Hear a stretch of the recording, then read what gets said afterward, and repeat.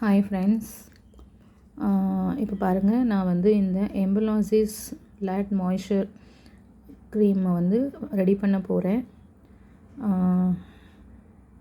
இதை நான் அப்படியே அக்யூரேட்டாக அதே ஃபார்முலாவில் நான் ரெடி பண்ண போகிறேன்.